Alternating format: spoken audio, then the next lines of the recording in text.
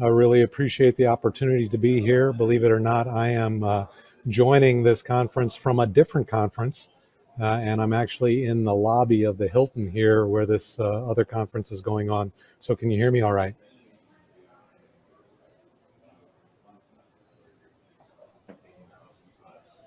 Okay, I'm getting a thumbs up from Michael. Thank you so much. I'm really humbled to be here with this esteemed group of people, incredible uh, panel that you're going to get to hear from today. Let me start off by introducing Dr. Michael Grieves. He's an internationally renowned expert in digital transformation and originated the concept of the digital twin.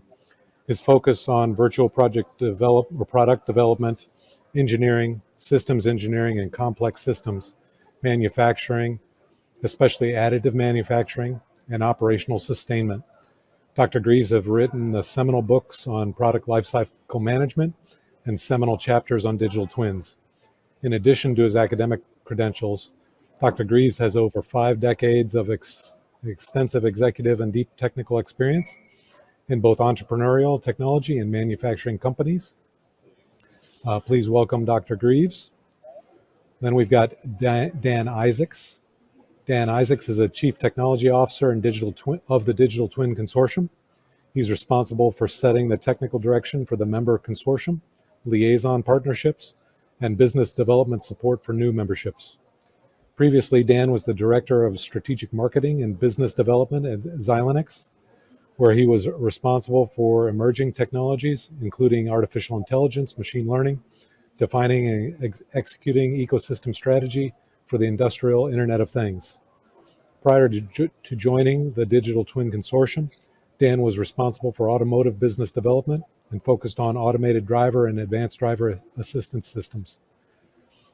He represented Xilinx to the Industrial Internet Consortium, leading the development of 2 test beds from concept to production.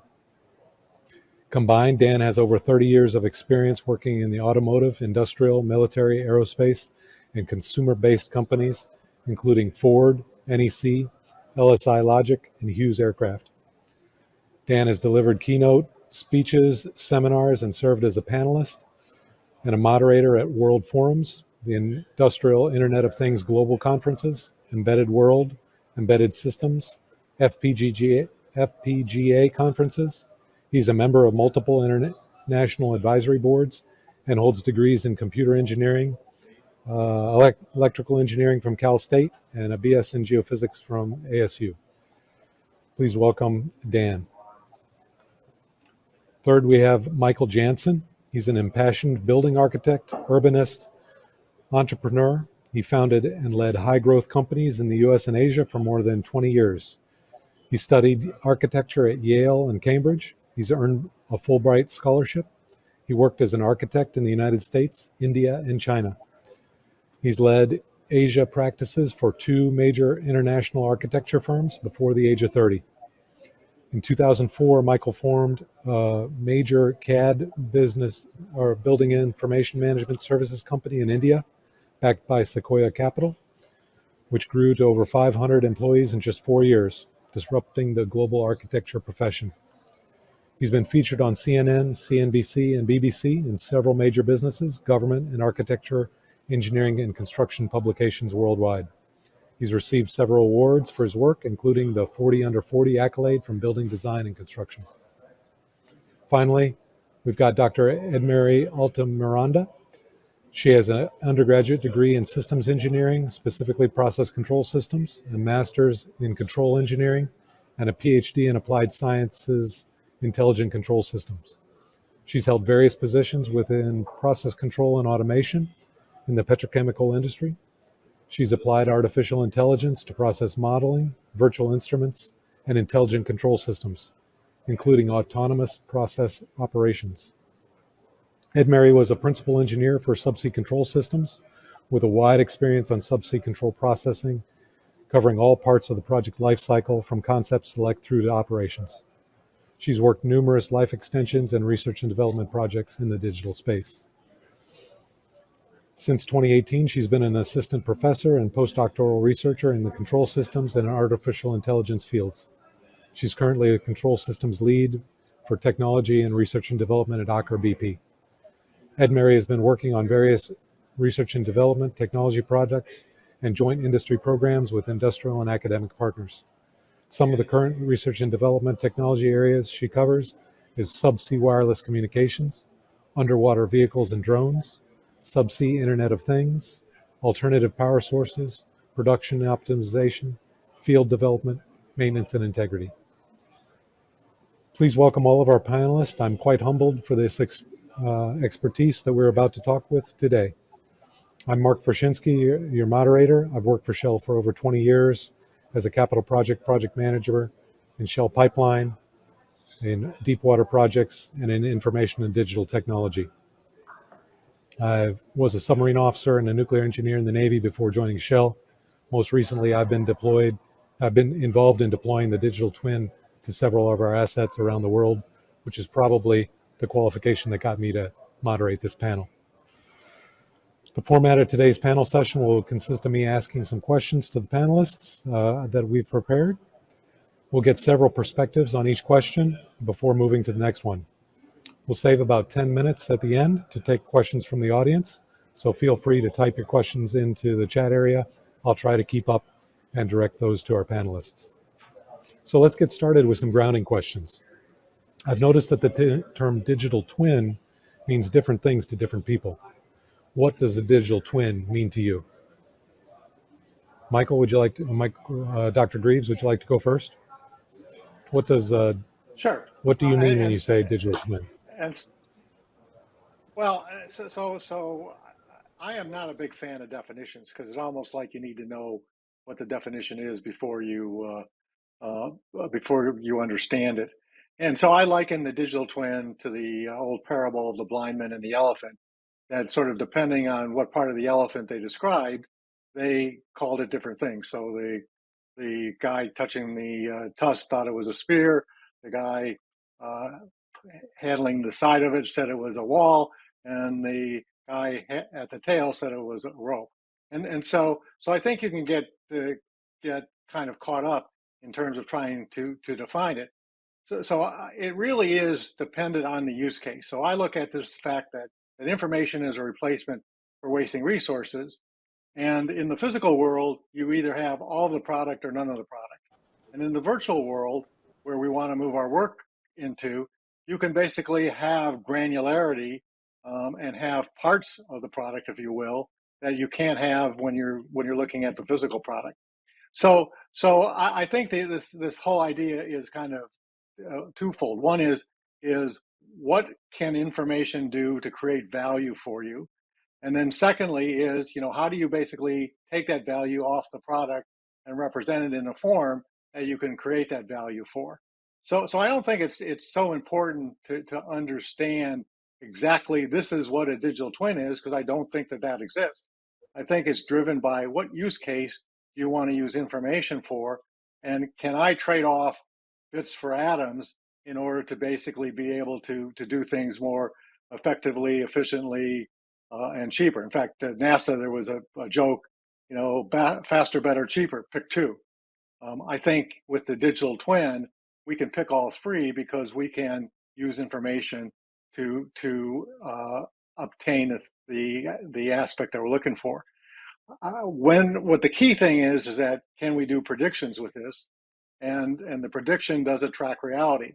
And so that's sort of the idea of the twin is that we have we basically have information that represents what's happening in the physical world, and it can't be fantasy, it can't be a flying carpet, it can't be a unicorn, but it has to represent things that are in the physical world. And then can we basically have the same rules that the physical world follows in order to predict what's going to happen? If we can do that, then we have a valuable digital twin.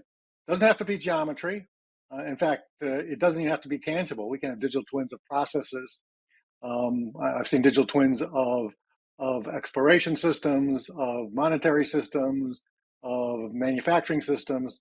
So it's just this idea that if we can visualize it, we can create a digital twin. Thank you, Dr. Grieves. Dan, what's your perspective on it?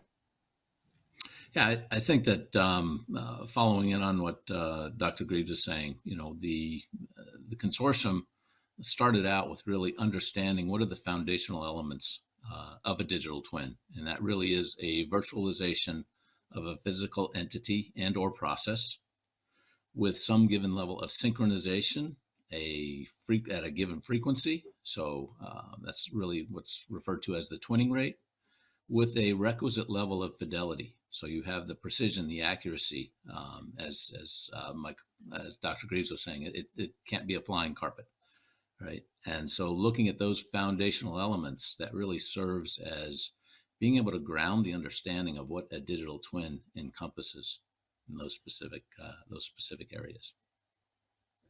Fantastic. Thanks. Let me take one more from Dr. Altamiranda. Edmary, what do you think of when we say the word digital twin? Yes, I actually have been working on an extended concept from the original concept that Michael Grieves proposed back in 2002 in the context of product lifecycle management. By that time, Michael has proposed as a digital replica of an actual manufactured product from the microatomic level to macrogeometrical level. And that data and information links should connect the virtual and the real world through the entire life cycle.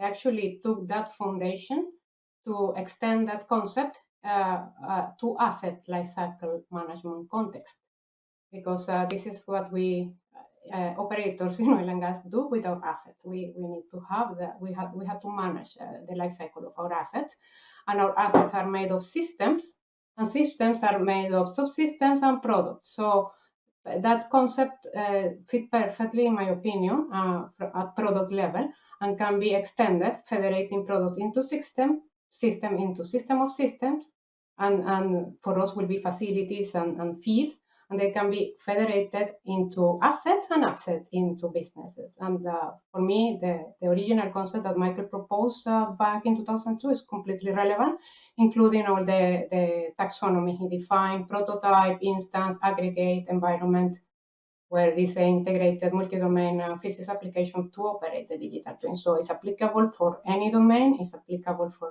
because the physical world anyway is composed of systems that are composed of different products. So it's completely relevant. That's a perfect segue into my next question, Edmary. We talked about the digital twin as a system of systems. What does that mean for the layman?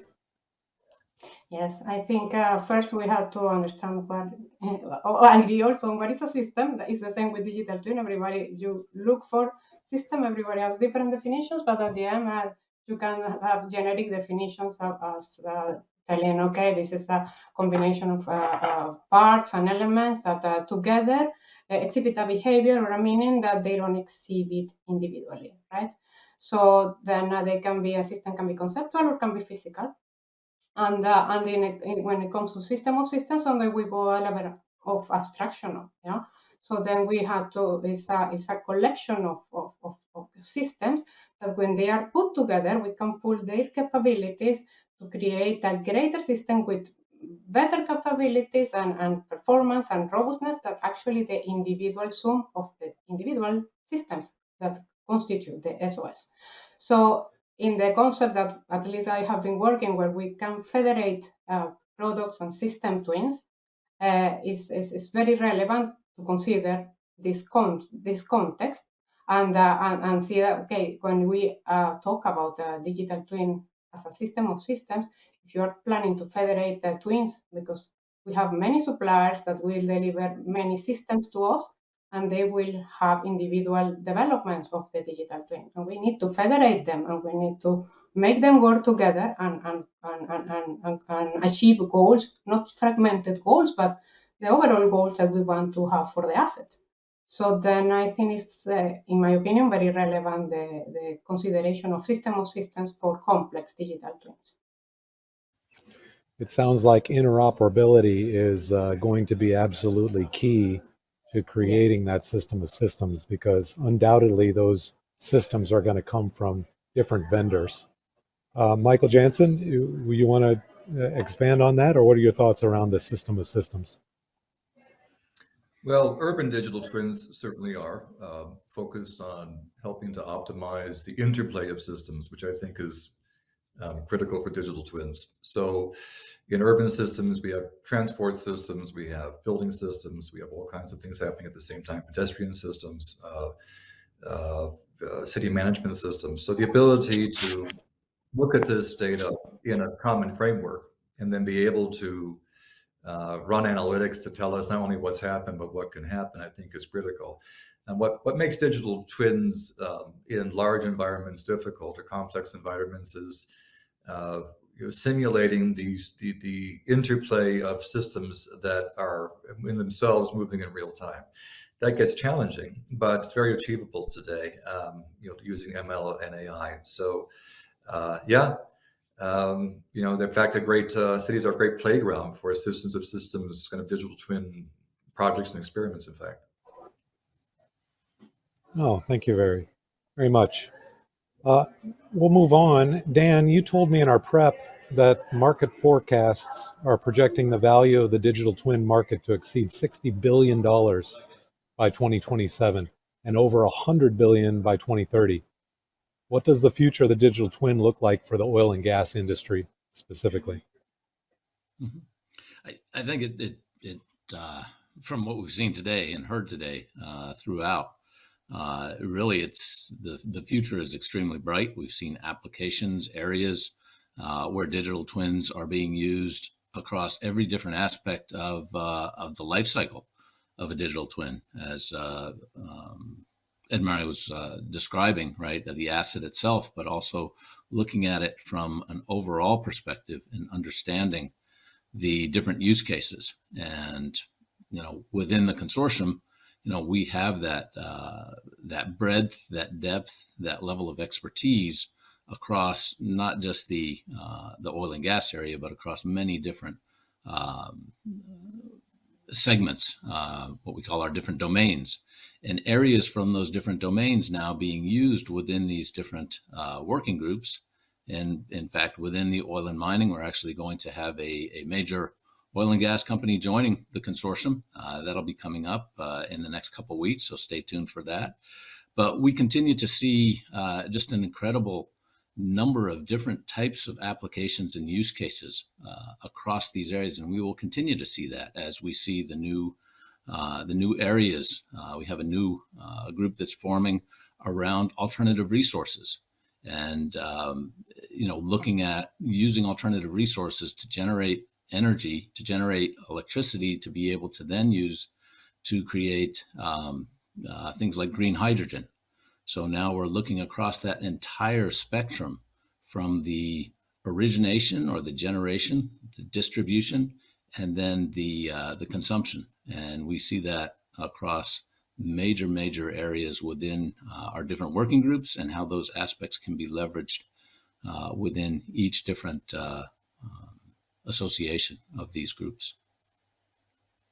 Just a follow on to that, Dan, and I see it coming in on the chat actually, is a question around how many use cases have been recorded for implementing the digital twin. Do you have a sense for that, or is the digital twin consortium keeping track of the use cases?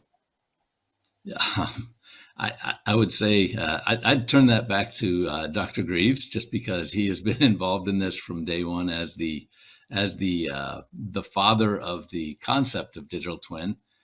If we look across each of the different areas, and we've seen this growth within the consortium, where we started with 4 working groups, and then there's subgroups within those, whether it's aerospace and defense, whether it's manufacturing, whether it's infrastructure, now growing into, and the natural resources, including oil and gas, but also mining, and areas now around alternative resources, as I was referring to. Now we look at wind, we look at solar, we look at hydro, we look at geothermal. I mean, the applications across these, and as Michael Jansen was referring to, the smart city, look at all the different areas and aspects associated with that, not just with the buildings themselves, so scaling from smart buildings to smart cities, but also in terms of the mobility aspects and the transportation. We have a new working group formed around mobility and transportation. So now we're looking at aspects around both, not just the land, the maritime, also in terms of airborne. So you can imagine the number of use cases that we're starting to see, I would say there's virtually every major industry that is out there can leverage and use the digital twin. And we're starting to see that across the board. And that's really what's attributing to that continued growth and the market forecast that analysts are projecting, that you were referring to at the very beginning. Very exciting. Dr. Grieves, you have any? Yeah, so I just sort of smiling about the number of use cases. I mean, I think it's only limited by human imagination. As Dan said, he's just going through some of them. There are thousands and thousands of use cases. Again, what is kind of driving this is sort of two things. One is the ability of having the being able to take information and in its granularity and not having an all or nothing proposition. So I can take various aspects of my product or process and focus on that, and I don't have to have the whole thing. So I think that's a big opportunity. And the second is the prediction. I mean, in essence, digital twins are a time machine. I can move forward to the future, or I can move to the past to see what has happened. And assuming I get my physics and my cause and effects right, it's going to show that. For oil and gas, I mean, quite frankly, it's almost been a digital twin because, quite frankly, you just can't, see under the ground. So the ability of reflecting that in a digital twin has actually been occurring, even if it wasn't called that. So for exploration, I mean, again, if you were looking at the idea that information is a replacement for wasted resources, the ability of being able to drill for oil where there is oil versus where there isn't is a big deal. And so I kind of see the oil and gas industry as adopting that. Then you move into the other phases of the product life cycle, and clearly, production, being able to predict in a refinery, for example, that there's a problem that's going to cause something catastrophic to happen is almost priceless because of the fact that human life is involved. So I think that for oil and gas, given its scale and scope, this is sort of natural. I mean, this whole thing with Ukraine has shown that we could have energy insecurity, and we better be able to figure out how we have secure methods of keeping the energy that we need for our society to keep going.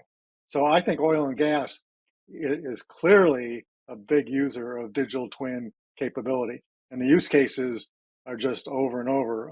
In my book, I talked about the BP blowout and how that could have been handled with a digital twin to help people think what was happening was not what was happening and point them in the right direction. So the ability of what I call front-running simulation, the ability of having a simulation that runs every time zero and predicts what's going to happen based on the information that I have, helps people get out of the mindset of, I think I know what's going on, and in point of fact, they don't. So I just don't think that I think the number of use cases is like the number of prime numbers. It's uncountable at the moment. Well, I love that. And I'll tell you, the thing that jumps out to me is the fact that the oil and gas business has had digital twins in their petrophysical models for a long time. And it really illustrates that a digital twin is not just a 3D model, but it's a model of the process itself, and it has the potential to save lives in a safety realm by predicting the future. That's wonderful. Now, let's move on to the trouble with digital twins. What are the obstacles that could hinder the value case for deploying digital twins? Edmary, would you like to take that one? Yeah. Considering the ambitious concept I have mentioned before on federating twins, of course, standardization, interoperability, governance on the different models that we want to federate, data quality. So all these are points that need to be taken and addressed before we develop a twin application. So if we want to federate, otherwise we will just have fragmented twins addressing individual use cases. And this, of course, have value for the different individual domains, but if we want to have data and information flowing among these different twins, because it will be the case, the same way our asset is connected, completely connected to produce oil and gas. So the twin should be in the same way connected rather than having fragmented twins, because today, yes, we have a lot of models, very good models that they can predict, they can have a certain level of fidelity for doing what they should do, but they are fragmented. We are siloed. We were very siloed in oil and gas. Thank you. Michael, you have other thoughts? What is going to prevent us from deploying the digital twin? I think they rely upon having good data, and we deploy digital twins at a city, building, and infrastructure scale. So we see different types of customers, and one of the things that we do now as a normal business practice is begin every project with a digital twin assessment. So we actually go in and speak with the owner, in this case, the building manager, the IT department. We understand what types of systems they're using, what kind of data is available, et cetera, et cetera. And from there, we can begin to assess what type of digital twin we can build for them and what likely outcomes we can determine based upon the information that's there, whether those are rearward looking or forward looking. A lot of our focus is on decarbonization. So fortunately, we're not necessarily concerned with every single data point in the building, and we learned over time they don't necessarily want to be. We can kind of now focus on about 5 or 6 key data points and achieve most of the the outcomes that we want to. In worst case scenario, where buildings don't have any type of automation system, a BMS or an EMS or something like that, there are many services now that can effectively deploy those systems and implement them very successfully, pulling data from all kinds of systems inside the building, largely managing energy consumption and occupancy, that again form a great foundation for us. So that there is not a kind of parity of data readiness among all property owners out there. It's the full gamut from the large companies, especially the corporate real estate world, that have money to invest in smart building programs, et cetera, et cetera. They're one sort of side of the universe, and the other side is the 30,000 square foot warehouse somewhere in really any city that may not even have a BMS and it's just looking at electricity reader meetings, which we can also work with. So, but yes, data readiness, data availability is always going to be an issue when working with digital twins. Yeah, I'm really glad you mentioned that, Michael, because that's exactly what I'm seeing as well. Is we've got assets within Shell that come and say, hey, we want to deploy a digital twin. And I say to them, great, what is the status of your data right now? And what business problems are you going to solve with that digital twin? Because the expense of getting your data in shape might exceed the value that it could bring. And then the next thing is the asset's ability to keep the data up to date, because it's not just a snapshot. It is the value of the digital twin and its performance over time is completely dependent on the ability of getting new data in and updating it along the way. Dan, do you have anything to add? Yeah, I think as Dr. Edmary was saying, looking at it from these data silos and how do you have the governance of that data? How do you assure the security, the trustworthiness of that data? And also understanding from overall perspective, again, breaking down those data silos, having those conduits to that information. We see this especially in terms of healthcare and life science within our working group, is really understanding how we can provide that the conduit between the big pharma and the healthcare. And as we've seen, obviously, as we've gone through this pandemic, how crucial that is and critical that is, and how do you trust that data, and how do you ensure the privacy? So all of these areas need to be worked out, and those are some of the issues we are tackling within the consortium and working with industry leaders in these areas. But that's one of the key things in terms of breaking down those data silos, and then again, the governance. That's going to be important. Yes. Let's move on and get really specific. Michael, how does the digital twin aid in reducing greenhouse gas emissions? Why are urban systems and systems of systems the right solution for decarbonizing? Right. This is kind of getting into our neck of the woods.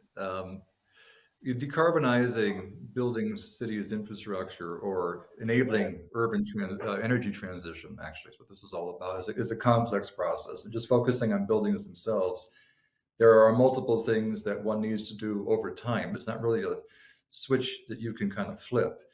Decarbonization or energy transition in buildings involves first analyzing and assessing, and then implementing energy management and energy reduction technology. It involves implementing renewable strategies in the building. That can change by building type, age, location, whether it's more solar or solar glass, which I think is going to be a fantastic solution for the future, or geothermal or something off-site. And then carbon offsets in that world to get to net zero. And we joined the World Economic Forum's Net Zero Carbon Cities program over the summer. And so we're kind of getting into that world. And then this whole aspect of offsetting that, how do you do that? Whether it's a carbon offset or carbon reward or that type of solution. So what digital twins do great, as we talked about earlier, is allow you to not only ingest and visualize all this data, but to scenarioize and analyze these different systems moving in parallel to determine the best outcomes. In other words, being able to use a digital twin to deploy, to tell a customer, well, you need this smart building system for your property. We recommend, based upon our simulations, this renewable solution, and then we recommend this financial solution for you. Because if you do A and B, you now avail of state, local, and federal incentives. I think Michael Grieves was talking earlier about the financial models. Absolutely. Digital twins can model not only the physical operations predictively of buildings, but also the financial operations of that building as well. So these then, other tools can do this. Right now, there's going to be a myriad of software tools that do this. And so what an urban digital twin will do, it can handle things at, say, a campus level, is allow you to study all this in the same environment and simulate these outcomes and determine the best ones. And then, most significantly, because digital twins are space-time, they evolve with the asset over time and they change with its data.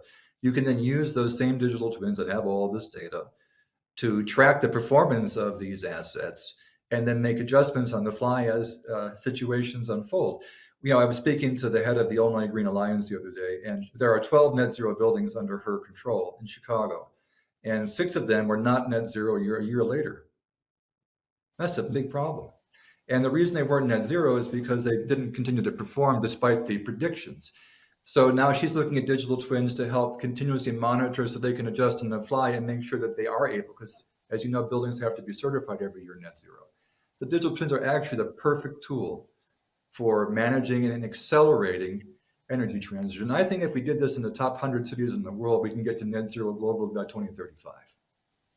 By 2035. Wow. And right, we're talking about 2050 right now, but we don't even have tools. If we had a tool, common platforms that can help do this in the most polluting centers we have, 2035, we could be there. So, That's I think exciting. there's a lot of, you can model that. You can model that. Twins will tell you how to get there, I can imagine the economists in the audience are getting excited to envision their pro forma statements changing as the architecture changes his building. Edmary, how do you think this applies to oil and gas and our ability to reduce greenhouse gas emissions? I think again, when it comes to modeling, we can model anything, and as long as the models have the relevant governance, and they can, because oil and gas emissions can be produced by different systems. So this also need to be considered as a system approach to be able to actually have a control of the basis and be able to evolve to predict or even prescribe what kind of operations we need to do to actually reduce emissions as much as possible, or even very early in the concept phase, if for new systems, build systems that actually can be as much as optimized to be able to have almost zero emissions if possible. Very good. Dr. Grieves, what are we doing to enable this system of system and to make these different solutions be interoperable? Interesting question. So it's one of the issues that I kind of been looking at, and I think the thing is one of the things that I had already proposed right from the beginning is we have this thing called coherence, which says that the virtual world will work like the physical world. And the quick example I use is in the physical world, if I extend an iron beam, the weight also increases. In the virtual world, if I haven't programmed that properly, that's not what happens. I can extend the beam lengthwise and the weight doesn't increase. So we have to build, because we're in a bit-based system and not an atom-based system, we have to build in that capability. So the issue with multiple digital twin systems is, how do we basically make them connect? And I said there's sort of three different ways, major ways to do that. One is that we have standards. The standards take a long time, and a lot of times they're politically driven, and so that's a problem. We need basically what everybody would call common ontologies, which is we look at the same thing with the same nomenclature, and then common ways of calling these things with the right parameters, and so common call capabilities. So standards is a great way to do it, but I don't know that there is enough time to be able to do that. The second thing is coherence. So we all agree that we're going to play nicely together, and we basically get people together who say, yeah, I've got these different digital twins, and we can share this sort of information. The third thing is middleware, and that's the ability of somebody sitting there and saying, I'm going to take these digital twins and I'm going to translate this information to basically be able to share that. And I should have said there was four ways. And the four ways is basically creating a platform where somebody does that for us. So we have, sort of scratched the surface with digital twins of things right now. The system thing, I think, is a ways away because we haven't wrestled that whole area to the ground. And it's, if I look at an impediment to digital twins, I think there's two of them. One is overpromising. So give me $1 billion and I'm going to give you a digital twin, Mr. CEO, and you're going to be out of the office so damn quick, you don't know what hit you. So you've got to basically pick your projects to do. And the second thing is that how do I aggregate these digital twins? Forget even system of systems. I mean, how do I get, say, a pump manufacturer and a pipe manufacturer and electrical manufacturer to all combine together so that I can have one digital twin of, say, a system? And then when I get into system of systems, I mean, that problem gets compounded. So now I am very bullish about the fact that can occur, but I think you have to be careful about saying, oh, well, the silver bullet is we've got to get to a standard.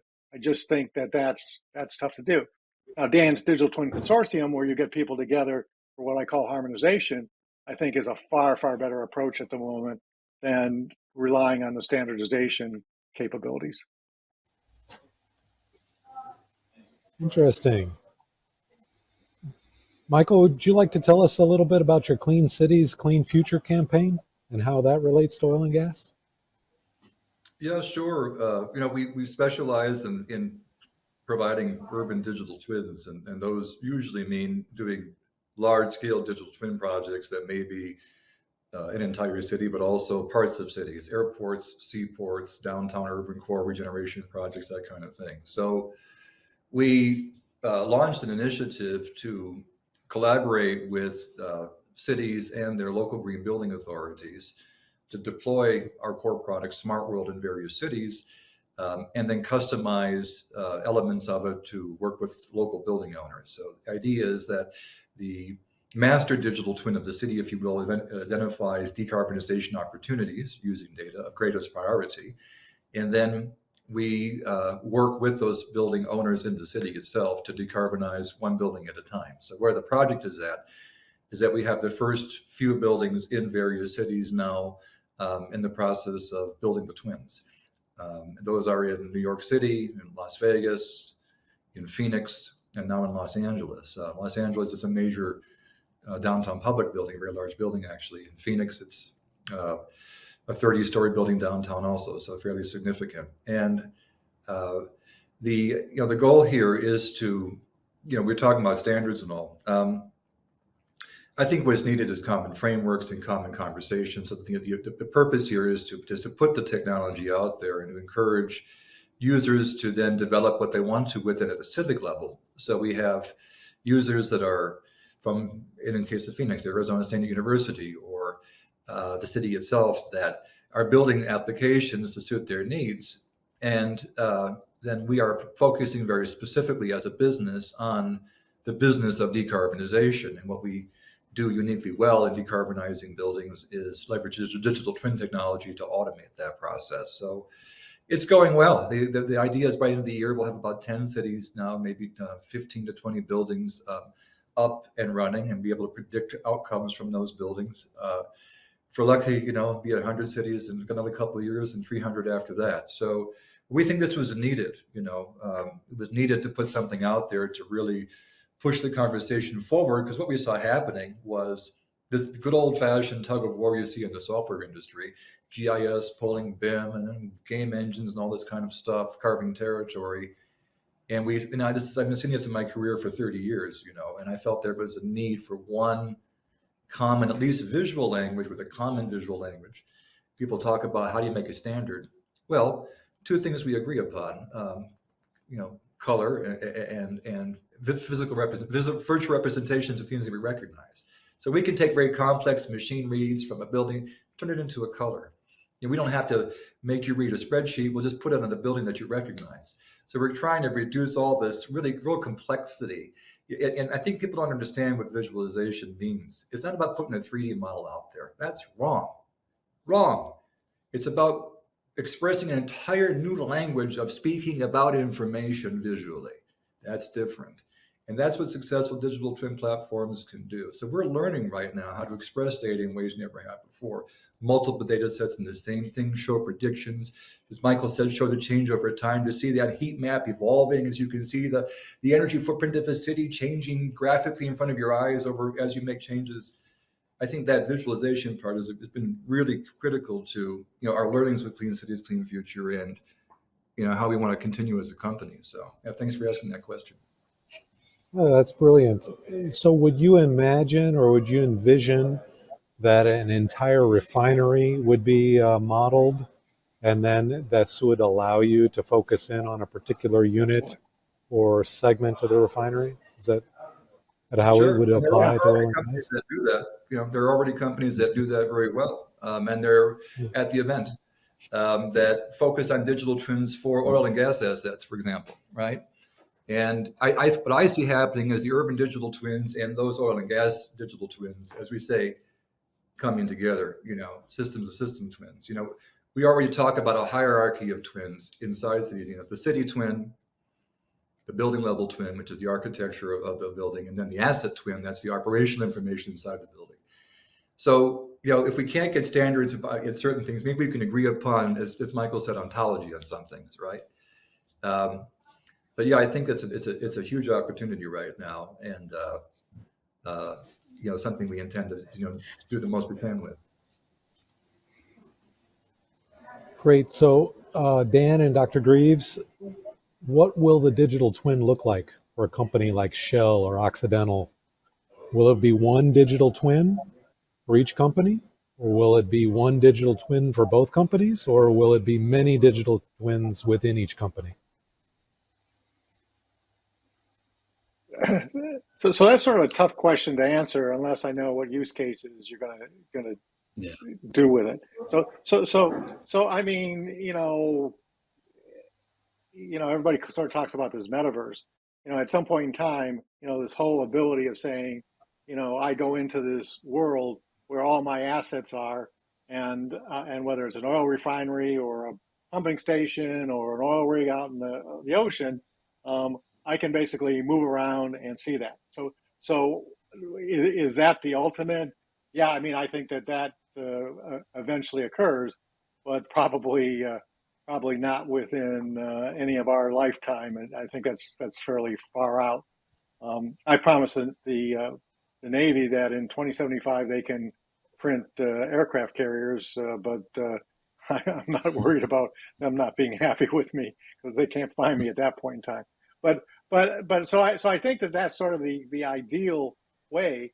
But I think that it's going to start off with, for example, you mentioned an oil refinery, of having having a digital twin of that, so that you could predict, if there was going to be, with the operation of it, and you can predict output, you can predict, potential problems. I mean, that sort of thing. I see that as sort of happening in the relatively short term future. I mean, I think that's going to be a requirement. If I just simply know what a particular machine is doing, I don't think that's interesting, but it certainly doesn't help me with the entire system.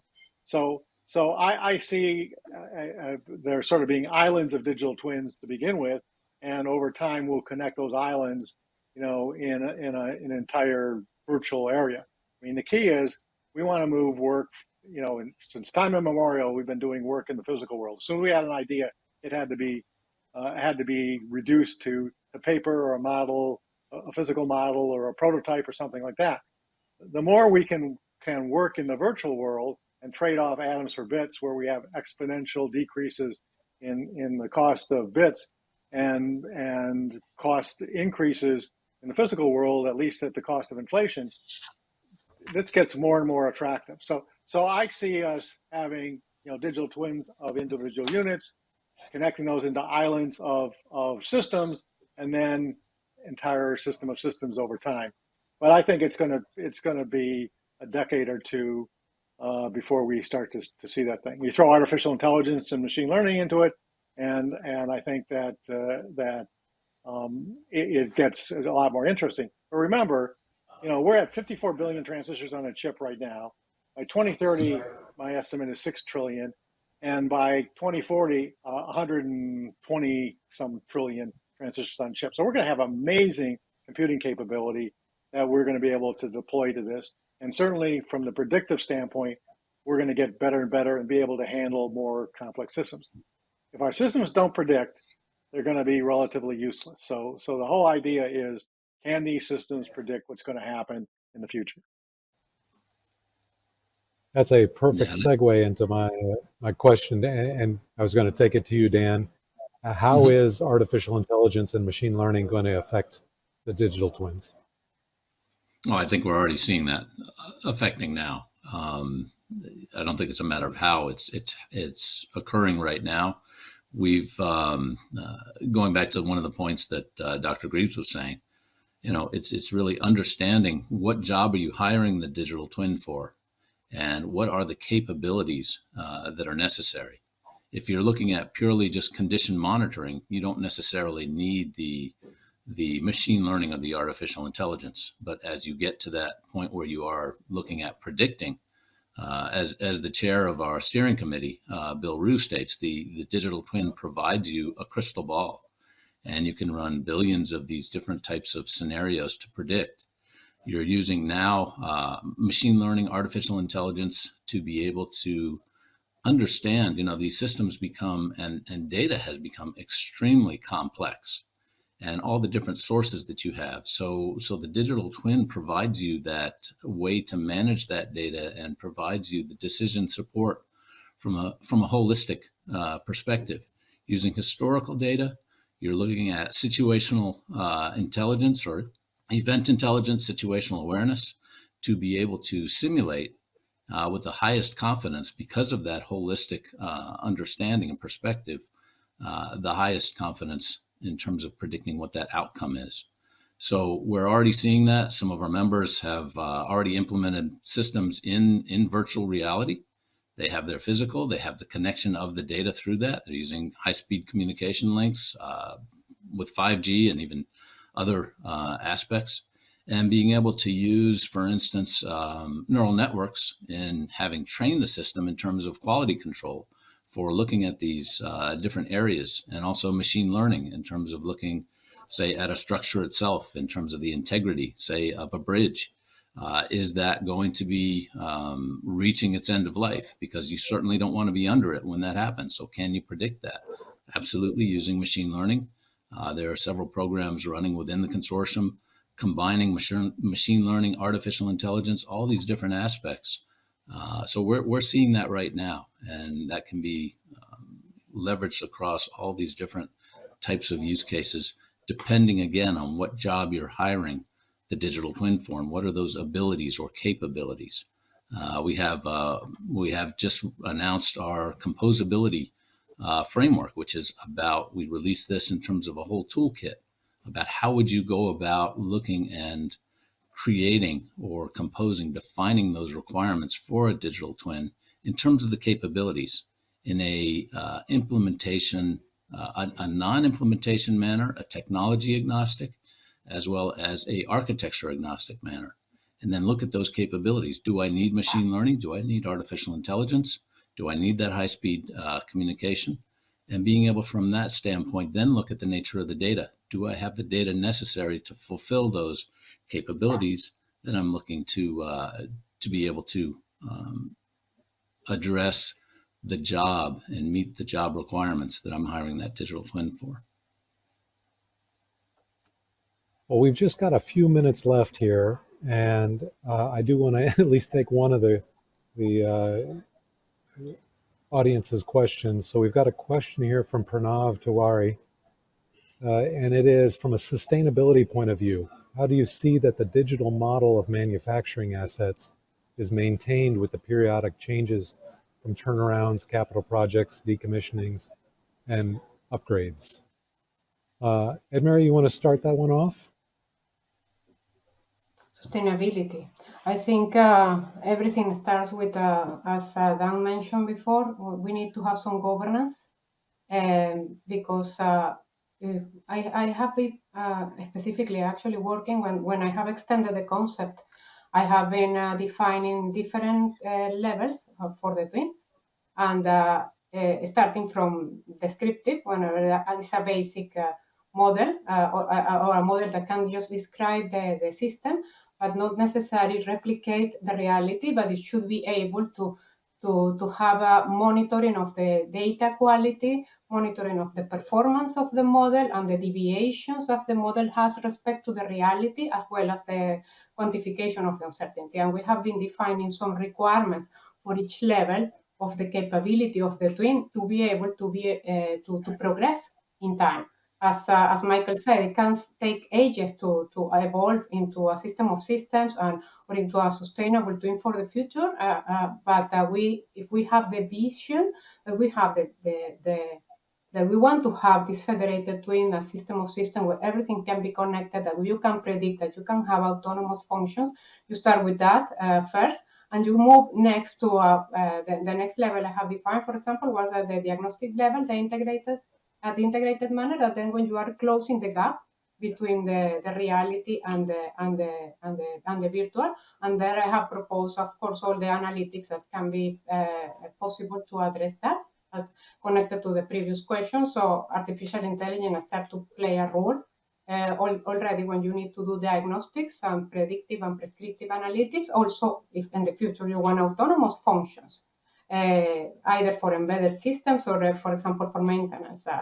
It's very common that you want to have like generating work orders automatically based on monitoring data that you have from the different systems, etc. So I think as long as we have governance for each step that we are evolving this twin, either individually as a unit, as a twin for an individual system, we need to consider that if this is going to be sustainable, you need to have governance of how you model on the data, and all depend on the capabilities that you want to, of course, achieve for the individual units. Yeah, there's that word coming up again. I can't remember if it was Dan or Michael was talking earlier about the governance of the digital twin, and how it gets updated is going to be key to how individual organizations deploy them. So I do think we're about out of time. I think it's time for me to turn it back over to Adam if he's available.